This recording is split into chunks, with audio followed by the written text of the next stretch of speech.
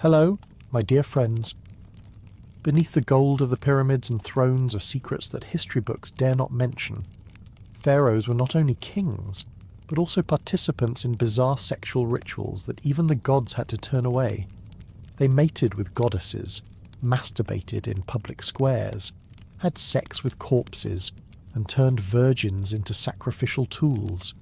Each act was wrapped in a sacred shell, but the truth was so naked it was chilling. Tonight, we will enter the world of sacred lust that the pharaohs had hidden for thousands of years. So, before you get comfortable, take a moment to like the video and subscribe, but only if you genuinely enjoy what I do here. And let me know in the comments where you're tuning in from and what time it is for you. It's always fascinating to see who's joining us from around the world. Now to dim the lights, maybe turn on a fan for that soothing background, and let's embark on this journey together tonight.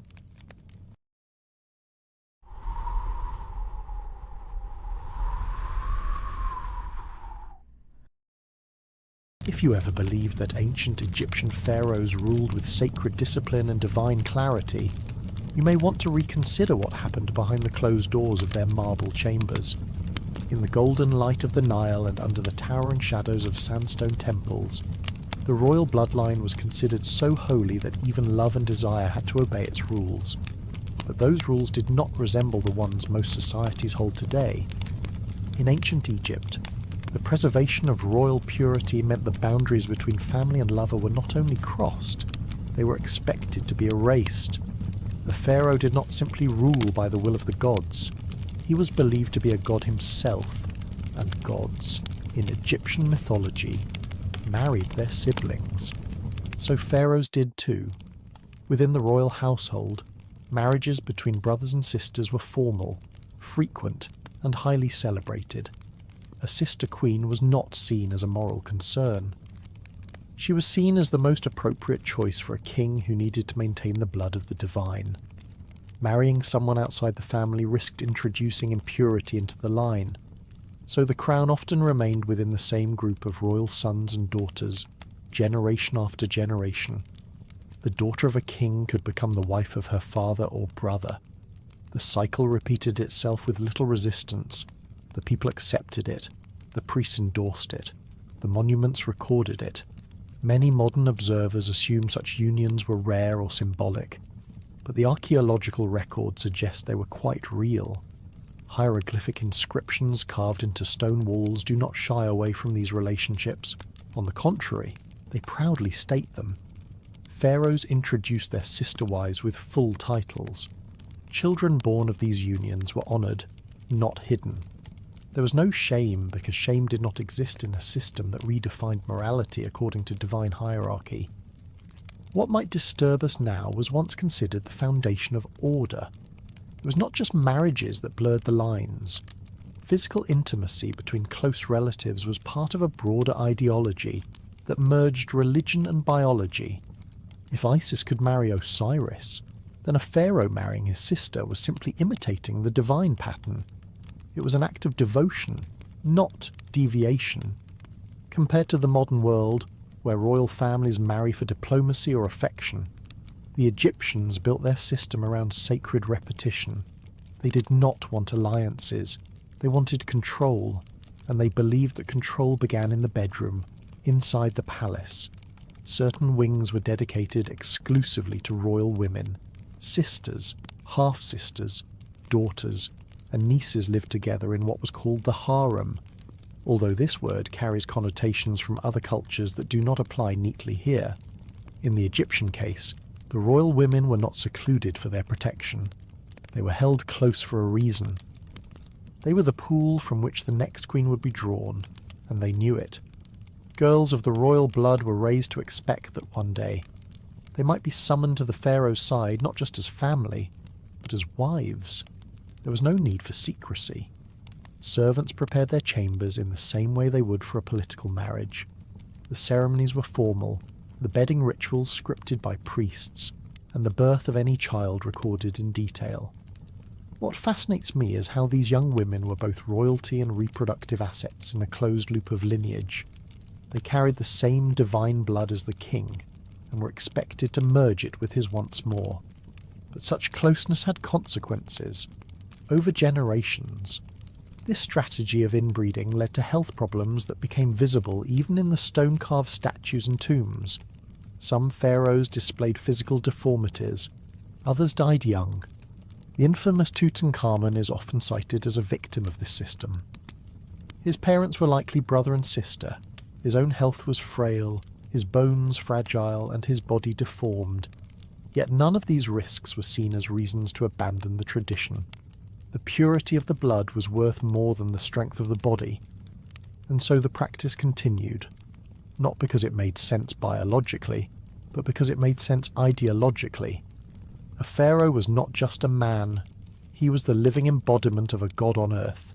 He could not marry beneath himself, but if all others were beneath him, who could he marry? Only someone of equal status. And that meant someone with the same blood, the same womb, the same name. Sometimes, the pharaoh would take multiple wives. Among them, the queen consort was usually a sister. Other women might come from noble families, foreign lands, or even servant classes, but their offspring rarely had the same status. The children of the sister wife were considered the most legitimate heirs. Even if they were physically weaker or mentally unwell, they held a higher spiritual rank. There are cases where the incestuous bond extended even beyond the initial generation. Daughters of these unions were sometimes married back to the next pharaoh, continuing the spiral. In one chilling instance, there is speculation that a father married both his sister and, later, his daughter. Such patterns were not always documented explicitly, but the consistency of names and timelines leaves little doubt. It becomes difficult to tell where loyalty ended and obligation began. From the outside, the palaces looked orderly and blessed, but behind the frescoes and flowered courtyards, the emotional lives of these royals must have been complex. Sisters becoming brides, daughters are trained to love their fathers, brothers growing up beside their future wives. In a world where everyone wore gold and linen and everyone prayed to the same gods, what did intimacy mean? What did love mean? The answer, perhaps, is that those words were not central. The real goal was not emotional fulfillment, it was a cosmic balance. To the ancient Egyptians, family lines were rivers that must not merge with foreign streams. Each union between siblings was a dam built to hold back the flood of the unknown. They lived in fear of disorder, and nothing was more disordered in their view than mixing divine blood with the mortal world. The temples reinforced these ideals. Stories of the gods, carved into stone, told of marriages that defied modern sensibility but affirmed sacred unity. Children in the royal family were raised on these myths. They did not question them. Why would they? The gods did it. The priests approved it. The people cheered it, and the walls remembered it. As night fell on the palace and the corridors cooled, another royal woman might be escorted down a hallway lit by flickering oil lamps. She might enter a room already prepared for her, not with romance, but with duty, linen beds, scented oils, and a quiet silence waited for her. She was not just a sister, she was a vessel for continuity. In the next part, we will enter the heart of these royal chambers, where the official wife was not always the object of desire, and where true intimacy often happened outside the bounds of a crown. Even within the carefully maintained purity of royal bloodlines, intimacy followed a separate logic. While the official queen might hold the highest title, she did not always hold the king's attention. The sister wife, crowned with formal authority, served a purpose that was more symbolic than romantic. Her presence beside the pharaoh at rituals and public ceremonies reinforced the illusion of unity and continuity, but it did not guarantee affection or even physical closeness. The emotional weight of being queen did not come with the privileges most would imagine. She was present in portraits and inscriptions, but in the king's private chambers, she was often absent. The reality was that many pharaohs found companionship, pleasure, and escape elsewhere. The palace was filled with women of different backgrounds and ranks, each chosen for different reasons. While the queen was a product of royal strategy, the concubines and handmaidens represented more personal selections. Some were chosen for their beauty, others for their skills in dance, music, or conversation. Many came from foreign lands, sent as diplomatic gifts or acquired through conquest. These women, though lower in status, often had greater access to the pharaoh's private world than his official wife. There were no strict rules about how many women a pharaoh could keep. The number varied across reigns, but in some cases it reached into the hundreds. These women lived within the harem, a complex network of courtyards, rooms, and gardens that existed within the larger palace compound. The harem was not a prison. It was a world of its own, with schedules, tutors, and servants. Women within it were constantly evaluated. Their movements were observed. Their behaviours were shaped to match the preferences of the ruler. It was less a place of relaxation and more a silent contest for attention that never ended. Unlike the queen, who was bound by protocol, the concubines could offer something else entirely. They were expected to entertain, to comfort, and above all, to submit. This submission was not necessarily violent, but it was structured and rehearsed. Their role was to provide the king with relief from the burden of command. The moment he stepped into the inner quarters, the language of politics was replaced by something more personal. The women were trained to recognize when to speak, when to remain still, and how to react to each change in his mood. This quiet choreography became part of daily life. Compared to today's modern idea of romantic relationships built on mutual choice, these arrangements resembled performance more than partnership. The pharaoh did not need to seduce or persuade. He chose, and his choice was rarely questioned. A woman might be summoned without warning and returned to the harem without explanation. There was no expectation of consistency. A single night could mean nothing, or everything. Some of the most favoured concubines gained influence far beyond the bedroom. They were granted jewellery, estates, and in some cases, their sons were elevated as potential heirs. In a system where political power was linked to birth and affection, the mother of a well-liked child could rise quickly. Even if she had started her life in the palace as a servant or a gift from a foreign land, her fate could change with the pharaoh's favour. And this favour was never guaranteed. A woman might rise quickly and fall just as fast. Another might wait for years, unnoticed, before suddenly being summoned. The unpredictability of the king's desires kept the harem in a constant state of quiet readiness.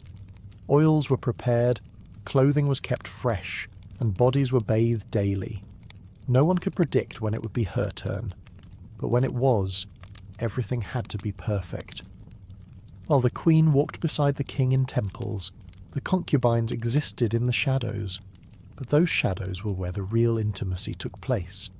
Unlike the formalities of a royal marriage, the relationships between pharaohs and their lovers were often unfiltered. Some kings developed deep bonds with particular women. Others viewed them as interchangeable, but all of them understood that the queen was untouchable in one sense and unavailable in another. There were also deeper layers to this structure. Many of the women in the harem were not Egyptian. They came from Nubia, Syria, the Levant, and even farther.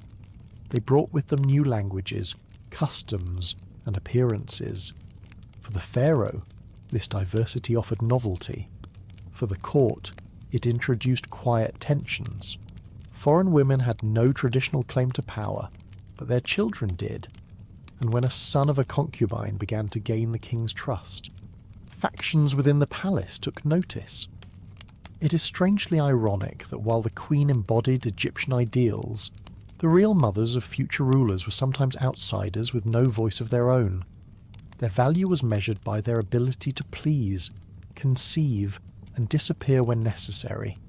No statues were raised in their honour, no poems recorded their names, and yet they shaped the bloodlines of kings. This structure created a strange duality. On one side stood the queen, silent and elevated, her image carved into temples as a model of perfection. On the other side were the many unnamed women who gave the king comfort, children, and distraction. The distance between these roles was not physical, it was symbolic. The queen was sacred, the concubine was necessary. Still, there were moments when these lines blurred. Some concubines gained so much affection that they were elevated to near equal status. A few even rivaled the queen in influence. Their quarters became more luxurious. Their sons received better tutors. Their names appeared in inscriptions, but such privilege came with risk. Envy, rivalry, and sabotage were constant dangers. The harem was not only a place of pleasure, it was a place of quiet warfare. In daily life, the queen rarely confronted these women. She did not need to. Her position was protected by birth, but that protection was not always enough. In some cases, queens were quietly pushed aside when a pharaoh's devotion shifted elsewhere. In other cases, queens retaliated, using their network of allies within the priesthood or administration to weaken their rivals. The drama of the palace was not always visible, but it pulsed beneath every decision and ritual. The pharaoh, for all his power, was at the centre of this quiet storm, surrounded by women who served different purposes. He chose according to mood, ritual, or whim. He was not expected to love his queen. He was expected to maintain appearances. What happened in the privacy of his chambers was known only to a few, and remembered by even fewer. At the edge of this carefully arranged world stood the servants, the scribes, and the guards who saw everything but said nothing. They were the ones who lit the lamps, folded the robes, and recorded the births. They knew which woman was favoured and which one was forgotten, and in the silence of night, as the palace quieted, they watched new favourites rise and old ones fade. Beyond the royal wives and chosen mistresses, however, stood a stranger group entirely. Women who did not come from nobility or foreign kingdoms, but from slavery. And their role in the pharaoh's desires was even more unsettling. While concubines and queens manoeuvred for position within the palace, there was yet another form of intimacy reserved only for the king. It was not shared in private. It did not happen in shadowed halls or scented chambers. Instead, it was performed under sunlight, before priests, soldiers, and sometimes the watching public. It was a ritual, and it was called the Divine Union. Each year, in one of the most elaborate religious ceremonies of the New Kingdom, the pharaoh was expected to perform a sacred act that mirrored the myth of Isis and Osiris. According to legend, the goddess Isis resurrected her slain brother-husband Osiris and conceived the god Horus with him. This story, carved into temple walls and retold in festival songs, became the foundation for a public rite in which the living pharaoh symbolically became Osiris. And to complete the myth, a woman was chosen to become Isis. The union had to be acted out. The woman selected was no ordinary citizen. She was a high priestess, trained from youth to serve in sacred rites. Her education included rituals, hymns, and bodily discipline. But her most important role came on the day of the divine union. She would lie beside the pharaoh in a designated temple space, her body anointed with oils, her limbs arranged according to specific instructions. She was not merely pretending to be a goddess. In the eyes of the audience, she was the goddess. The setting was carefully prepared. The temple space was cleansed days in advance. Fresh linens were laid out. Incense burned constantly, masking the scent of sweat and anxiety. Stone basins held perfumed water. Statues of the gods stood at the perimeter. The act itself, though wrapped in layers of ritual, was not symbolic alone. It involved physical contact. Sometimes it involved full intercourse. The purpose was to recreate the divine conception, to bring Horus into the world once again. Even if only through performance, this event was not hidden. The court was present, High-ranking officials, priests, and military commanders were expected to witness. Their presence was not for pleasure, but for verification. If the pharaoh was to be recognized as a living god, the moment of divine union needed to be witnessed, accepted, and sealed. It was one of the few moments in history where sexual performance became a requirement of legitimacy. The priestess involved did not choose the role. She was trained for it. From the moment of selection, her life was shaped toward this one moment. She was instructed not only in rituals but in posture, breathing, and stillness. Her body became part of the temple's liturgy. In many cases, she remained unmarried for the rest of her life. Her participation in the divine union elevated her status, but it also removed her from the rhythms of ordinary existence. Compared to modern ceremonies where power is transferred through words and oaths, this ritual transferred authority through flesh. The king's divine status was not just declared, it was performed, and that performance had a physical component that few would dare imagine today. In a modern world, even the suggestion of such public intimacy would provoke outrage. In ancient Egypt, it provoked awe. The emotional effect on those involved is difficult to measure. The pharaoh was surrounded by expectations, cloaked in layers of meaning, and driven by necessity. To refuse the ritual was to refuse divinity, but to perform it was to cross a line few rulers in other civilizations ever approached. The priestess, meanwhile, had little choice. She was trained for obedience, moulded into a vessel, then asked to carry the burden of the gods. The setting itself heightened the strangeness. Light filtered through stone slats. Scribes stood at the edge, silently recording. Priests chanted verses that blurred the line between reality and myth. Guards lined the outer courts, keeping out commoners while letting selected witnesses in. No voices rose above a whisper. Every gesture was part of the performance. Every breath was calculated. The ritual did not end with the act. Afterward, the priestess was bathed and isolated. The king emerged wearing a new robe, often white or gold, and was led to the next ceremony where his divine role was proclaimed. The union was declared successful, offerings were made, feasts followed, but the heart of it all had been that private moment turned public, that intimate act elevated to theology. There are temple inscriptions that depict this ritual with coded imagery, lotus flowers, entwined snakes, or birds in embrace suggest the union without describing it outright. But other records are more direct. Papyrus texts describe the preparation, the participants, and the chants. From these, historians have pieced together a clearer picture. The divine union was not a legend, it was practice. Some pharaohs performed it multiple times during their reign. Others altered the ritual to reflect their preferences or beliefs. In rare cases, it was said that the priestess fell into a trance so deep she did not move for hours afterward. Others were honoured with new titles, temples, or servants, but their roles never changed. They had become living myths, and myths, once lived, could not be undone. What unsettles me most is the calmness with which these acts were received. There was no scandal, no outrage.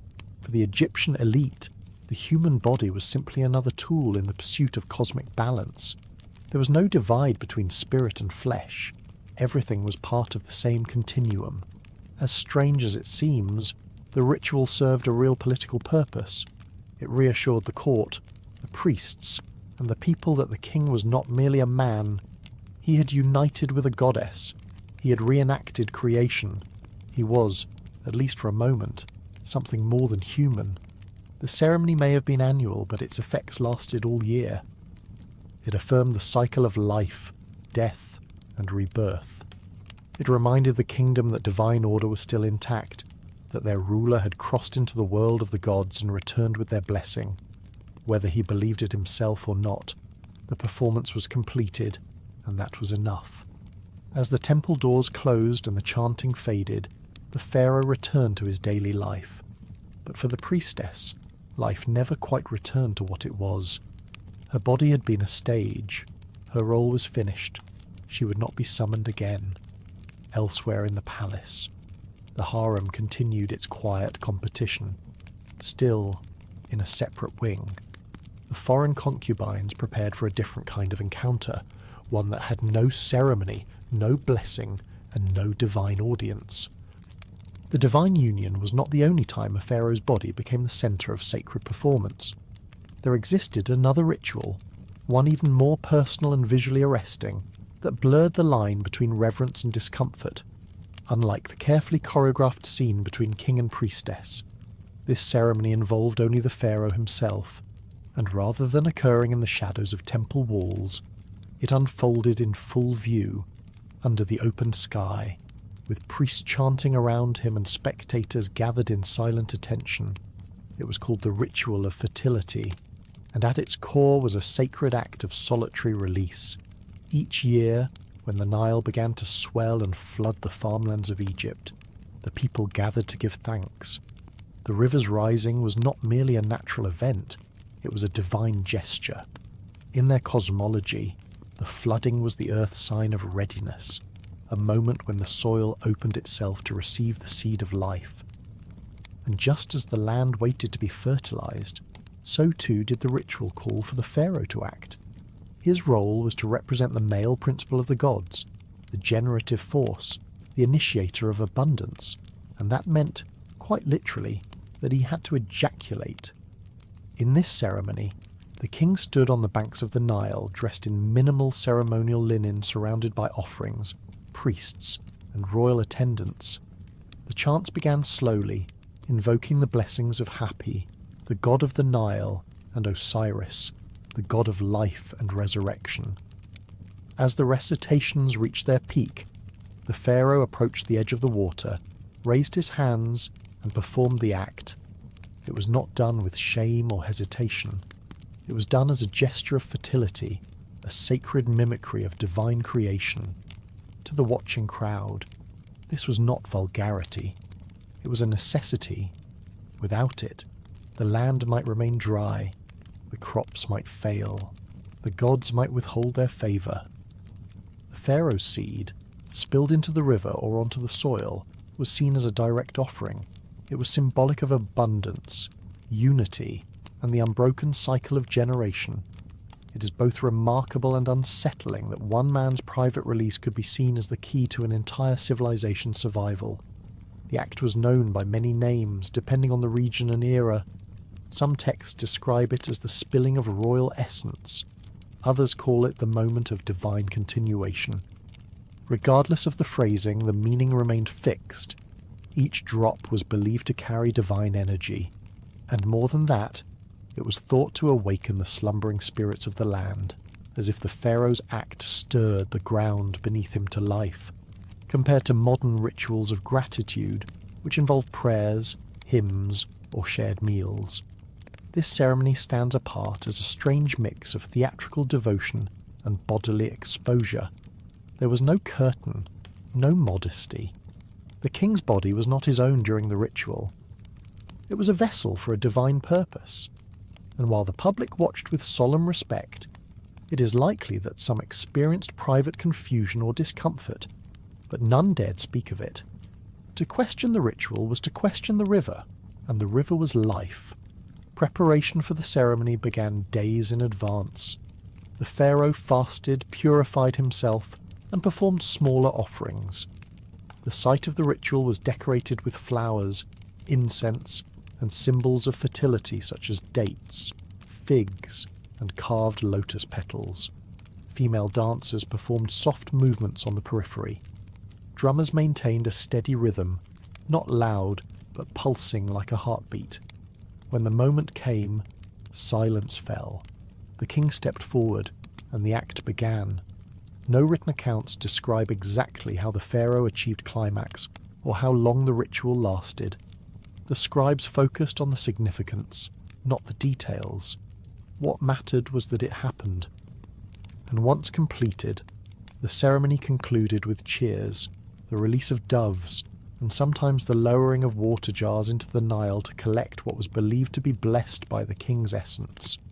Some scholars debate whether the ritual was always physically performed or if, In later periods, it became more symbolic, but early records, particularly from the Old Kingdom, suggest that the act was indeed literal. One passage carved into a temple wall refers to the hand of the king rising to summon growth, a poetic but pointed description. Another depicts a figure crouched near the bank, arm outstretched, fluid descending toward carved waves. This may seem unimaginable today. A ruler, exposed in public, performing an act of self-pleasure for spiritual reasons. But the Egyptian view of the body was different. It was not compartmentalized into sacred and profane. It was a tool of ritual, a participant in theology. The pharaoh's hand was not merely a limb, it was a divine extension. His seed was not just biological matter, it was sacred fluid. What surprises me most is how easily the private became public in these ancient rites. Acts that today would be considered shameful were, in that context, acts of piety. The boundaries between flesh and faith were thinner, more porous, and the king, despite his status, was not immune to vulnerability. In that moment, he stood alone, stripped of decoration, performing for gods and mortals alike, for the women in the palace, watching from afar or hearing whispered reports. The ritual might have had different meanings. It was a reminder of the king's singular role, a reminder that no matter how intimate their nights with him had been, the truest form of devotion was solitary, shared only with the earth itself. No queen or concubine could replace that moment of offering. Some later dynasties altered the ritual. They moved it indoors, they assigned proxies, but the spirit of the ceremony remained. The act of creation, even if reduced to gesture, was too important to abandon. Without it, the balance of nature and power might tip, the waters might stay still, the gods might turn away. And so each year, as the river rose, the people waited, not just for rain, or sun, or seed, but for the king to do what only he could do, to unite with the land in the most literal way, to give of himself, not in war, or law, or speech, but in an act older than kingship itself. Afterward, as the music resumed and offerings were cast into the water, the pharaoh returned to the palace. He was bathed, clothed, and escorted through halls filled with lilies and date palms.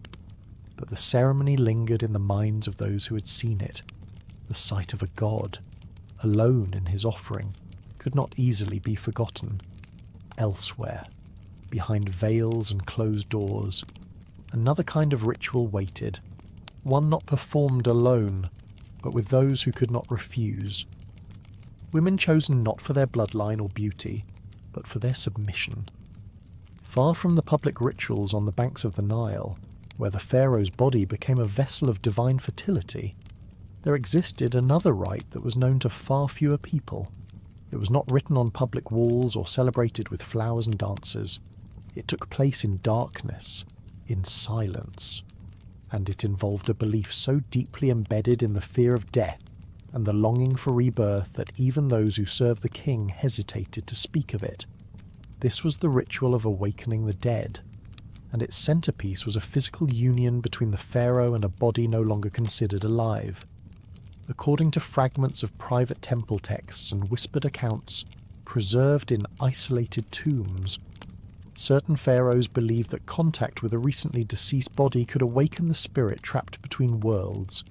Not in a body, and not any kind of contact. It had to be a woman, and it had to be done not through prayers alone, but through physical penetration. The body served as a temporary vessel, a channel for calling the spirit back, even if just for a moment. This belief, known among priests as the awakening rite, was said to return stolen power to the living and guide lost souls back toward the afterlife. It was not a public ceremony. The act was carried out deep within temple chambers or secluded underground rooms. Torches were extinguished. Only oil lamps remained, casting faint yellow light against stone walls etched with symbols of protection. The air was thick with incense made from crushed myrrh and frankincense. No audience was permitted, except for a small group of elder priests and servants trained to remain completely silent. The woman selected for this role was not a royal figure. She was often a servant or concubine from the lower ranks of the palace, young, pliable, and trained to obey. In the days leading up to the ritual, she was prepared in a specific way. Her skin was bathed in sacred oils. Her mouth was rinsed with a mixture of honey and bitter herbs. Her body was dressed in loose wrappings similar to those used in mummification. To the observer, she resembled a corpse. That was the point. Once she'd been transformed into what the priests called the silent vessel. She was taken to the ritual chamber and laid upon a slab of cold stone. Her eyes were to remain closed. Her breathing was to be shallow. Her arms rested across her chest. And then the Pharaoh entered, alone. He spoke no words. The only sound was the low murmur of priestly chants outside the chamber. He was there to awaken, not emotionally, not spiritually, but physically. The body before him represented the border between life and death. To cross that border, he had to perform the act. It is difficult to describe how such a ceremony could be accepted even among people accustomed to sacred nudity and ritualized sexuality. The act itself was considered part of a larger cosmological cycle. Just as Osiris had been dismembered and reassembled by Isis and brought back for one final union, so too did this rite reflect the myth of resurrection. It was not called intimacy, it was called restoration. Compared to modern spiritual practices centered on candles, breathwork, or meditation, this was something colder, heavier, and far more unsettling. The priests did not see it as desecration. They saw it as an invocation. To them, the flesh was not sacred in itself, but in its ability to act as a vessel. The dead were not gone. They were paused. The right actions, at the right moment, might bring them back. No one outside the chosen inner circle ever witnessed these rites. Even within temple hierarchies, knowledge of them was restricted. Some records suggest that these rituals were reserved for moments of deep political instability, when omens suggested that the balance between worlds had been disrupted. By engaging in the awakening rite, the pharaoh demonstrated his ability to restore harmony not only in the kingdom, but between the living and the dead. The role of the woman was never recorded by name. She was not commemorated or thanked. After the act, she was removed from the chamber and placed in seclusion. In some cases, she was never seen again. It is unclear whether she was killed, banished, or simply forgotten. Some researchers believe that the ritual itself was psychologically damaging, and that the silence surrounding it was a way of erasing both her role and her trauma. What remains in the historical record are only scattered references, a broken line in a priest's manual, a painted figure lying on stone, her eyes shut, her arms crossed, a note about oil being poured on both bodies before the joining. These fragments suggest something real, something hidden behind the myths of divine kingship and public fertility. It was not beauty or passion, it was control. What haunts me most is the stillness of it. The idea that someone could lie there, fully aware, pretending to be dead, while the most powerful man in the land enacted a drama written by priests long before either of them was born. It was not a desire, it was an obligation. The king did not do it for pleasure. He did it because his advisors told him that the kingdom needed it, that the gods required it, that without it, the spirits would wander endlessly, and the fields would not bloom. The symbolism was powerful, but the human cost was invisible. The body became a tool, the soul a secondary concern, and yet, for the ancient Egyptians, this act was not considered perverse. It was considered sacred. The fear of death ran so deep, and the need for rebirth so strong, that even the line between the living and the dead was made permeable in service of order. Once the ritual ended, the chamber was sealed. The king returned to his private rooms. The priest extinguished the lamps and swept the floor with bundles of reeds. No one spoke of what had taken place, but the belief remained. A spark had been reignited, a soul had been touched, and the kingdom, in some strange and difficult way, had been cleansed. This ritual was rare, but it was not the last of its kind. In other corners of the palace, other acts of physical submission were being rehearsed, but these involved women who were very much alive, women who had no divine title, no sacred myth to protect them, and no choice in what was expected of their bodies. In a culture where the pharaoh could lie with a lifeless body in the name of cosmic restoration, it would seem that few boundaries remained. But not every act of sexuality was encouraged without restraint. There were limits, and they were enforced with quiet but powerful conviction. Among them was a rule that applied specifically to men, especially those of royal blood. It was simple in phrasing but complex in implication. No male body, under any circumstances, was allowed to bleed during sexual activity. The belief that male blood was impure once it left the body was rooted in both theology and practical symbolism. In the world of Egyptian ritual, male essence was tied to creation, fertility, and control. It was meant to flow inward or be released deliberately, not to escape through injury or rupture. Female bleeding, particularly menstrual blood, was also viewed with caution, but it had its place in the cycles of fertility. Male blood, however, had no such cycle. If it appeared, something had gone wrong. This view extended to all forms of intimacy, including heterosexual, homosexual, and ceremonial acts. Among the elite, and especially within the royal household, any encounter that risked breaking skin or causing discomfort was discouraged. This was not framed as compassion. It was framed as doctrine. A bleeding man was seen as one who had lost control of his body, and control was the very essence of kingship. As a result, sexual practices had to adapt, positions were modified, roles were reassigned.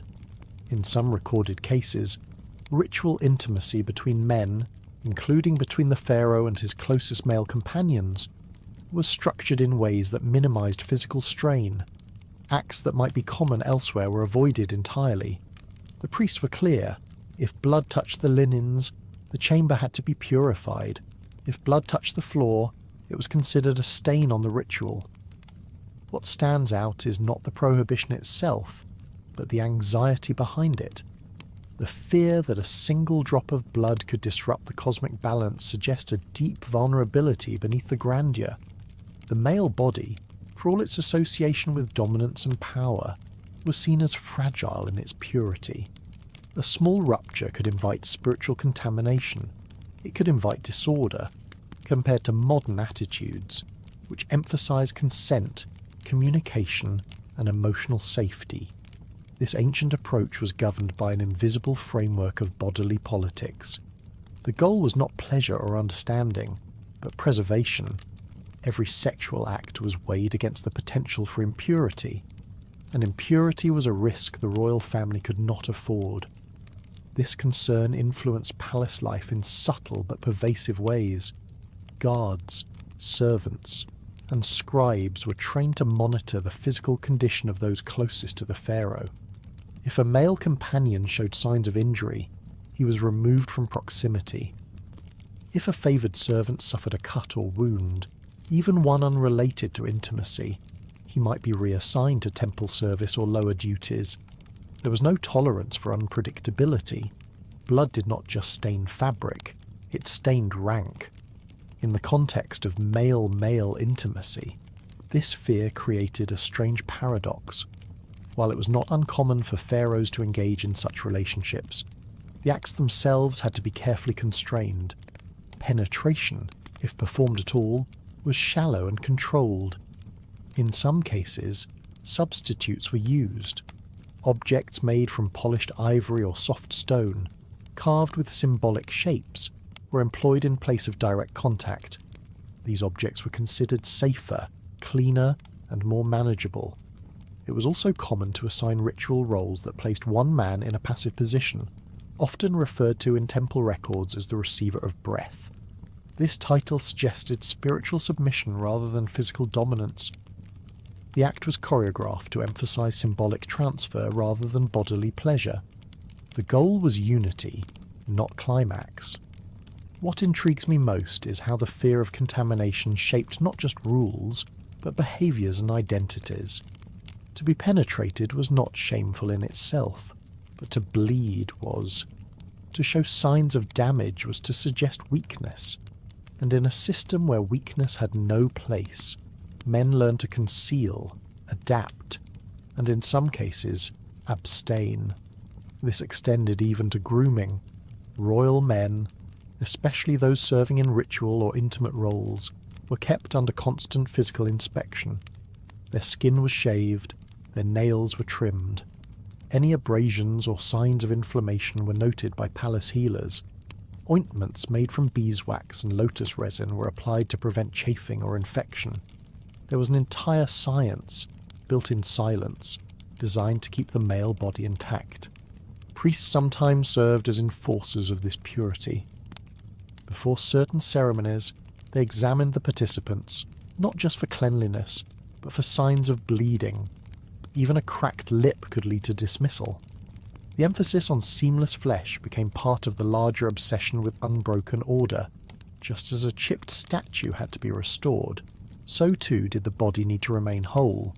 These restrictions may seem excessive, even oppressive, but they were consistent with a worldview that feared disorder above all. Egypt was a land built on the rhythm of the Nile, on the certainty of cycles. Anything that fell outside that rhythm was suspect, and nothing disrupted the rhythm more than uncontrolled bodily fluids. This belief also affected how punishments were administered. When a male servant or consort was disciplined, it was done with soft implements, wooden rods wrapped in linen, flat paddles carved from palm wood, or bundles of reeds soaked in water. The goal was to bruise, not cut. Pain was allowed, blood was not. A bleeding servant was a problem. A bleeding noble could be a scandal. Even the tombs reflect this concern. Male mummies were often wrapped with additional care. Special resins were used to seal the skin. Internal organs were removed with minimal incision. The belief was that a male body should return to the earth as intact as it had lived. To arrive in the afterlife with a cut or open wound was to arrive impure, and so the rituals continued. Intimacy remained, but always under watchful eyes. A kingdom ruled by gods could not tolerate weakness, even in flesh. The pharaoh's power rested not just in his crown, but in the illusion that his body was untouchable, immaculate, immune. But not everyone in the palace could afford such precautions. In the outer halls, away from the perfumed chambers and polished stone baths, there were other bodies, foreign bodies, unprotected ones. They bled when touched, and no one stopped to clean it.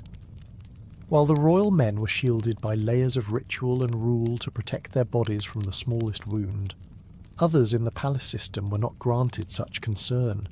For them, the body had no boundaries. There was no protection, no inspection, and no priest waiting to stop a violation. Among the most silent figures in this elaborate structure were the slaves assigned to the temples, particularly the women selected for a function rarely recorded in official history. They were not there to clean or chant or light incense. They were offered to the statues of gods as vessels of stimulation in several sacred sites, especially those dedicated to fertility deities like Min or Hathor. Rituals involved the physical presence of female slaves whose role was to awaken or maintain the divine energy of the god's image.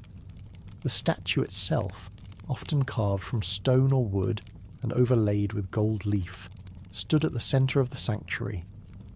It represented the god, not as a symbol, but as an active, living force. And for that force to remain potent, it had to be aroused. To do this, women were chosen and trained in how to stand, how to breathe, and how to remain still for long periods. Their clothing, if it could be called that, was made from transparent linen soaked in oil to cling tightly to the skin. Their hair was perfumed and shaped into coils. Their bodies were positioned into specific poses, often with hips forward, arms raised. or legs spread slightly apart. These stances were not random. They followed a script known only to the temple keepers. Each pose corresponded to a different divine mood. These women were not allowed to speak during the ceremony. They were told to look at the statue, never away. They could not flinch or shift, even when the air grew cold or insects landed on their skin. They were expected to become living extensions of the god's desire. The priest called them receivers of presence. The term suggested a passive role, but the reality was more active, more invasive, and more enduring than the word implies. What strikes me most is the intensity of stillness these women had to maintain, not as a meditation, but as a performance of complete surrender. They were required to embody not devotion, but invitation. Their very posture had to signal that they were available, that they had no will of their own, that their presence was an offering, compared to modern religious rites, where symbolism often takes the form of candles or chants. These practices used human bodies as direct tools of worship. There were no metaphors. The message was physical. The gods did not require offerings of food or incense alone. They required stimulation, and this stimulation came through the flesh of those with no voice. In certain festivals, the acts extended beyond the symbolic. In rare and disturbing instances described in obscure temple records, priests physically interacted with the women under the pretense of transferring divine energy. The logic was always the same. The god's spirit entered the statue. The statue's desire transferred to the priest. The priest's touch transferred it to the woman. In this chain of reasoning, consent disappeared. Not every temple practiced this. Not every era allowed it. But where it occurred, it was recorded with formality, never shame. One scroll from a temple in Thebes describes the hour when the god becomes restless, followed by a list of poses and positions for the slave attendants. Another, now fragmented, lists names of women next to dates and locations, as if they were part of an inventory. No prayers for their safety, no rituals for their return. The most disturbing element may be the quietness of it all. These women were not considered participants. They were considered tools. The priest who placed them before the statue did not speak to them. The guards who watched did not interfere. The other temple staff turned away. This silence became part of the ritual. Noise was believed to distract the god. Only the sound of drums or low flutes filled the chamber. Everything else remained still. After the ceremony, the women were led back into isolation. Some were bathed in salt water to remove divine residue. Others were left unwashed, as if to preserve the contact. No medical care was provided unless they collapsed. In a few temples, those who fainted during the ritual were labelled as too mortal and removed permanently. Their usefulness ended the moment their bodies stopped cooperating. It is hard not to see this practice as the collapse of spirituality into exploitation, where devotion became indistinguishable from abuse.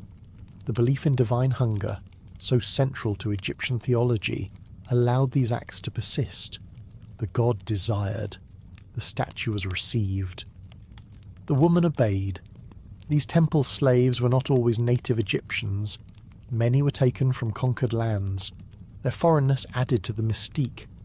Priests believed that women from distant regions held different energies, perhaps more potent or more receptive. Their skin was unfamiliar. Their tongues are foreign. Their presence is exotic, and therefore ideal for divine service. No part of their background was relevant once selected. They were renamed, their pasts erased. Their roles are defined entirely by ritual. Even their menstrual cycles were monitored, not for health, but for scheduling. A woman who bled was unclean. A woman who ovulated was ideal. They were moved from one temple to another, sometimes loaned between cities, depending on the needs of the god and the confidence of the priests. And yet, their faces remain invisible in history. No statue was raised for them. No tomb honoured their service. They were not wives, not queens, not even concubines. They were the hands, the hips, the breasts that the gods were believed to gaze upon, and when the ritual ended they vanished behind veils, replaced by others. The pharaoh himself rarely attended these ceremonies. His role in temple life was more symbolic, more distant, but he approved the structure that allowed them. His priests acted on his behalf. His silence gave permission. This intersection of worship and violation created a space where belief could excuse almost anything. The women were not considered harmed. They were considered elevated. To be touched by a god, even indirectly, was framed as an honor. But the body remembers. The muscles that trembled from hours of stillness. The lungs that held breath through suffocating incense. The eyes stared into the hollow gaze of a golden statue. These women carried the weight of gods, not in crowns or titles, but in silence. Outside the temple walls, other rituals unfolded with less ceremony but no less control. There, the purpose was not to awaken divine energy, but to create heirs, and for that, even blood ties were no longer a barrier. In the inner sanctuaries where temple slaves stood as offerings to statues, belief often overpowered hesitation, and in some rare, deeply guarded rituals, belief went even further. There existed ceremonies so secluded and controversial that even within the Egyptian priesthood, their existence was known only to a limited few. These were not rituals of public spectacle or royal display. They belonged to an older layer of theology, one that dealt with fertility in its rawest, most primal form. And at the centre of some of these rites was a concept almost impossible to process today: sacred union with animals. To understand how such an idea could have taken root, one must consider the symbolic weight animals carried in Egyptian religion. The gods themselves were often depicted with animal heads. Bulls represented virility. Donkeys carried associations with stubborn strength. Cats, crocodiles, and falcons each embodied divine traits. Statues were not simply carved to resemble these creatures. The animals themselves, in many cases, were believed to carry fragments of the gods. A bull chosen by the temple could be more than a beast. It could be the physical vessel of a deity. The ceremonies involving animals were not widespread. They did not occur in every city or temple, but certain surviving texts and fragmented oral traditions suggest that in isolated regions, particularly during seasonal fertility festivals, rituals took place where human participants were instructed to engage with animals in acts meant to reflect the union of nature and divinity. These were not punishable crimes in the ancient world. They were viewed as sacred reenactments of the forces that drove life itself. The participants were never commoners. They were temple specialists, often women raised within the religious system from childhood. Some were called divine attendants. Others were ranked among the lesser priesthood. Their roles in public rites involved singing, dancing, or performing cleansing duties. But in these hidden ceremonies, their duties shifted. Their bodies became tools of invocation. What makes this practice even more disturbing is that it was not spontaneous or chaotic. It was carefully arranged, timed, and performed under supervision. The temple prepared the space.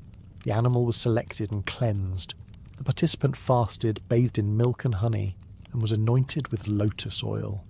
Robes were removed. The animal was tethered in place. And then the act was carried out. Compared to symbolic fertility rites in other ancient cultures, where acts were mimed or suggested, this went further into territory that modern ethics cannot reconcile. The union was not figurative. It was believed to generate a field of energy, to stimulate the ground, to echo the mythical moment when gods first shaped flesh and breath.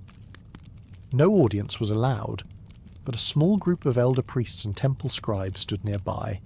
Their presence was not voyeuristic, it was official. They were witnesses, tasked with affirming that the ritual had taken place correctly. These rites often aligned with agricultural cycles, the start of the planting season, the arrival of the floods, or a solar event might serve as the justification. The logic was circular. The god lives in the animal. The priestess unites with the animal. The god is awakened through her. The land responds. Crops grow. Balance is restored. The animal was never killed afterward. That would violate the sanctity of the act. It was usually led back into isolation, fed with special offerings, and watched closely. It became sacred in a new way, having now been touched by both God and humans. In some temples, such animals were buried with honours once they died, wrapped in linen and placed in tombs alongside sacred relics. For the women involved, there is no record of consent or resistance. Their names are not preserved. Their experiences are not described. What survives are only the clinical accounts of what they were meant to do. A stone relief from a temple in a remote province shows a woman kneeling before a horned creature. Her face is calm. Her body is stylized into curves and angles, like the gods themselves. Another shows a donkey surrounded by glyphs for fertility, rhythm, and breath. These images are rare, buried in lower walls, almost as if intended to be forgotten. The priests who designed these rituals spoke of them as restorations, not violations. They claimed that the world had grown barren, and that only the most ancient rites could revive it. These were acts of desperation cloaked in theology. The earth had to be shocked into blooming, the gods had to be stirred from sleep, and for that, the boundaries of the human had to be crossed. What unsettles me is the calculated way these rituals were preserved, not as myth, but as instructions.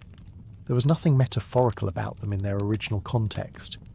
They were treated with the same seriousness as burial rites or coronations.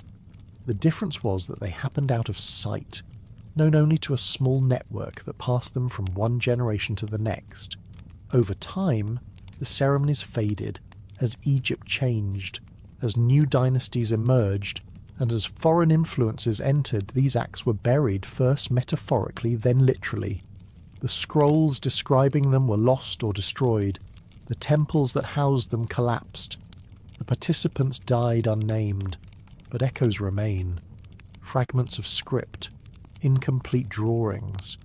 Vague accounts in later texts refer to the union of beast and vessel. These remnants point to a world where the sacred and the profane were not opposites, but neighbours, where faith could be stretched to justify what would otherwise be unthinkable. The women who took part were not called victims. They were called chosen, and that title erased everything else. The Pharaoh himself rarely took part in these ceremonies, but he sanctioned them, he funded them, he approved the training of the priestesses. In doing so, he allowed the line between human and animal, worship and submission, to be crossed in the name of life itself, and while such rites may have disappeared from the temples, their spirit did not vanish. In other corners of the palace, new methods of ensuring fertility were devised, methods that involved not animals, but blood, not from ritual creatures, but from within the most guarded female bodies of the royal household. As rituals involving sacred animals faded into secrecy and eventually silence, another set of practices remained firmly rooted in the daily life of the palace. These did not take place in distant temples or under the watch of elite priests. They happened in bedrooms, in bathing chambers, in small bowls hidden behind silk curtains, and their focus was on a substance long viewed with ambiguity in almost every civilization: menstrual blood. To the ancient Egyptians, blood was not just a liquid. It was life, will, and power in physical form. When it flowed from a wound, it symbolized vulnerability. When it was spilled in battle, it signified sacrifice. But menstrual blood belonged to a different category altogether. It was a monthly reminder of potential life, yet also a mark of exclusion. In religious terms, it was often viewed as unclean.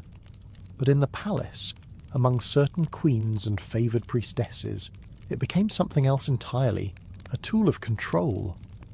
Some texts describe the belief that the blood of a virgin or royal woman carried divine properties. It was said to hold raw, untamed energy, capable of stirring desire and unlocking hidden parts of the male mind. If properly harvested and mixed with wine, it could become a potion, potent and persuasive. This mixture was not given in an open ceremony. It was offered in private, often disguised. sometimes used just before a night of intimacy. The king or prince would drink from the cup, unaware of the ingredients, or perhaps fully aware and complicit. The logic behind it was not based on deception alone. It was spiritual. The blood was believed to represent untapped fertility, something that had not yet become life but held the power to create it. When combined with alcohol, that essence was activated, made fluid, and made ready to enter the body of a man. It would not impregnate him, but it would bind him, symbolically and emotionally, to the woman who provided it. What makes this belief especially striking is the reversal it created. In a world where men controlled nearly every visible structure of power, this ritual gave women a hidden advantage. They could affect kings not through argument or seduction, but through biology. Their bodies became sources of manipulation, not just reproduction. The queen who provided the blood became more than a wife. She became a source of influence that extended far beyond the bed. Compared to modern practices of seduction or cosmetic enhancement, this was rawer, less symbolic, and more direct. There was no perfume, no dance, no veil, just the body, and the belief that what left it could return through another's mouth and change his thoughts. Some queens are said to have taken this even further. Instead of mixing the blood into drinks, they bathed in it.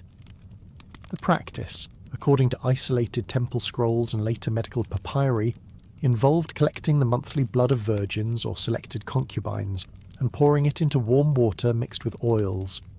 The queen would then immerse herself, remaining for up to an hour. This was not a cleansing bath. It was absorption. The goal was to soak in the power, to take back what had been lost.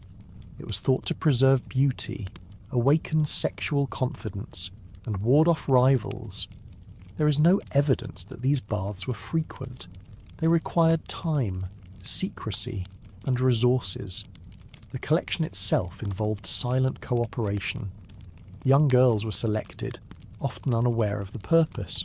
Servants harvested the blood using strips of linen, then soaked and wrung them over clay basins. The material was burned afterward to prevent its use by others. The bath was prepared in silence.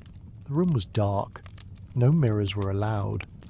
Only oil lamps flickered along the tiled walls. The queen entered alone, sometimes accompanied by a single attendant who remained blindfolded. She removed her robe slowly and stepped into the reddish water, inhaling the metallic scent mingled with rose petals and myrrh. She did not speak. She closed her eyes, and for a short time she believed herself untouchable. No songs were written about this ritual. No frescoes recorded it. But its impact lingered in court stories and whispered memories passed between generations of female servants. They spoke of queens who kept their position longer than others, whose eyes made even the Pharaoh hesitate, whose voices echoed louder despite speaking less. What fascinates me most is how these private acts created real consequences in public life.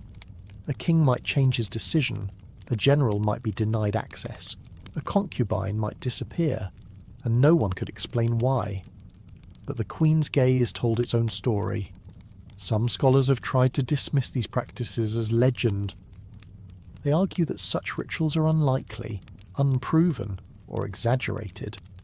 But ancient Egyptian culture thrived on blurred boundaries between gods and men, between myth and rule, between the physical and the spiritual. It is not difficult to imagine that in a world obsessed with order, a woman might find her own way to assert power. Even the concept of purity in Egyptian thought was flexible. What one priest called impure, another called sacred. Menstrual blood sat on that line. It could exclude a woman from temple duties, yet elevate her in the eyes of those who believed in its hidden strength. That duality was not accidental. It allowed women to operate from the margins, always visible, always dangerous. There is no record of how the men felt about this. No writings express disgust or desire, but the silence itself speaks volumes. In a kingdom ruled by rituals and omens, a king who drank from the cup could not admit what he had swallowed. To speak it was to lessen it. To ignore it was to remain under its influence. These rituals rarely reached outside the palace. They were not for common women, not for the market or the village. They belonged to the upper halls, the marble floors, the scented corridors, and within those walls, power moved in whispers, in scents, and in fluids too taboo to name aloud. Just beyond these private chambers, however, another transformation was taking place. A new ritual, louder and more theatrical, had begun to redefine how death and sexuality could merge again, not through liquid, but through silence and stillness. While some royal women turned to secretive potions and sacred bathing to assert power during the pharaoh's life, others were summoned for a far stranger duty at the very moment his life ended. Death in ancient Egypt was not a sudden rupture, but a passage. The body was not just prepared for burial, it was accompanied, and among the many rituals surrounding royal death, there was one that stood apart for its intimacy, its scale, and its silence. It was called the warming of the soul. The ritual began the moment the pharaoh's final breath was confirmed. His body was not immediately removed to be embalmed. Instead, it was laid out on a ceremonial platform, washed in oils and surrounded by flowers and burning myrrh. Attendants cleared the chamber of men. Only selected women were allowed to enter, and they were told to remove their garments. Not one, not a few, dozens. The idea behind this mass disrobing was not purely symbolic. It was believed that the warmth of the female body and its natural connection to life and reproduction could assist the soul in reorienting itself. The newly departed spirit, confused and lingering, might be coaxed to begin its journey if it sensed the familiar pull of pleasure, sorrow, and desire. In this view, the body was not a corpse. It was a vessel suspended between two realms, and the women became the bridge. The participants included royal concubines, palace servants, and sometimes even noble daughters sent by allied families. Each had been prepared for this role well before the moment arrived. They were trained to express grief in a stylized way, moaning, rocking, swaying in rhythm. But alongside the mourning came another instruction: touch, whisper, stimulate. A few were selected to lie beside the corpse, pressed skin to skin. One or two were guided to straddle the body, moving slowly, eyes closed, mouth silent. What strikes me most is the convergence of grief and intimacy in this space, where emotion and ritual became indistinguishable. These women were not offering affection, they were offering passage. The belief was that a dead king might hesitate to leave if the body remained cold, but if it was warmed by human contact, if it was surrounded by familiar forms and the scent of life, the soul might loosen its grip and rise. Compared to modern funerals, which separate the physical from the ceremonial, this rite pushed both together into a single, unsettling moment. There were no prayers from a distance, no hands folded in silence. Everything was immediate. The tears were real. The touch was structured. The heat of the living was given freely to the dead.